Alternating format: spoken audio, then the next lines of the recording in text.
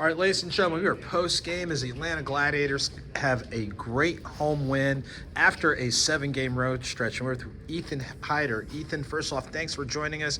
Congratulations on tonight. Thank you. What was one thing, based on whatever study, familiarity with playing against Florida, that you feel really helped you in your performance tonight? I think just knowing how they play and they generate their offense, like they're really good at getting to the front of net, taking eyes away, getting sticks on pucks and everything. So I think like our game plan and for me was just managing that. Like for the guys, they did a great job of boxing them out in front, taking their sticks away, so that I was able just to see those shots clearly, and it was just had to do my job in clearing them out and controlling those rebounds. So it was good, and I think it kind of showed we had a little bit more puck luck today than I think we did in that Saturday game in Florida. So obviously you'll take that whenever you can get it.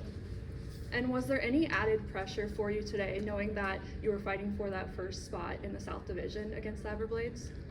Not really. No, I think for us it was just a good test to see where we're at right now, because we know that's the team to beat in this division here. They've had so much success the last few years, but I don't think it's so much the pressure. I think it's just a good measuring stick to see where we're at, and I think that just goes to show we're a team that now can compete to be one of those top teams in the South. So I think it was just a great win for us overall, and I think it kind of just showed who we are as a team.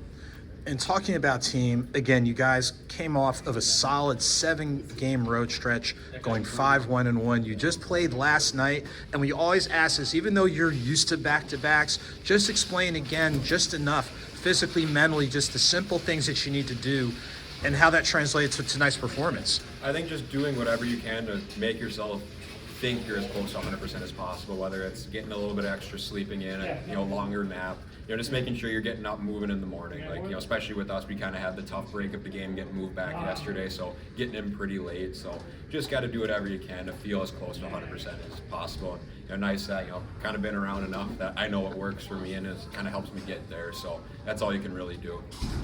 Now, how did it feel playing in front of the fans again after being away from home for so long? It's awesome. We have a great fan base here, and it makes it a lot of fun.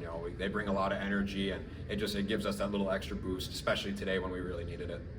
Okay, you have a little bit of a moment to catch your breath. Another division game Friday. What would you say, and you've kind of alluded to it, what's one takeaway from today that if you guys lock in on this, that's going to translate to putting you guys in positive situations on Friday? I think it's just keeping it simple. I think we play our best hockey when we just do the little things right. We don't try to do too much and play outside of what makes us us. We just getting pucks in deep, playing hard, doing the little simple things. I think that's when we're our most successful, and we have wins like that today. And my last question for you is, I asked TJ this, but do you have any pre-game rituals that you do? You don't have to share the secrets, but is there anything you do that helps you for the game?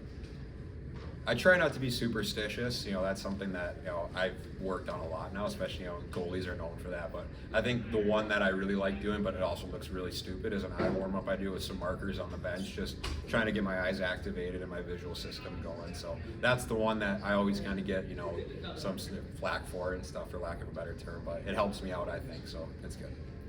Okay, we're good. I'm not gonna lie, I've seen you do that.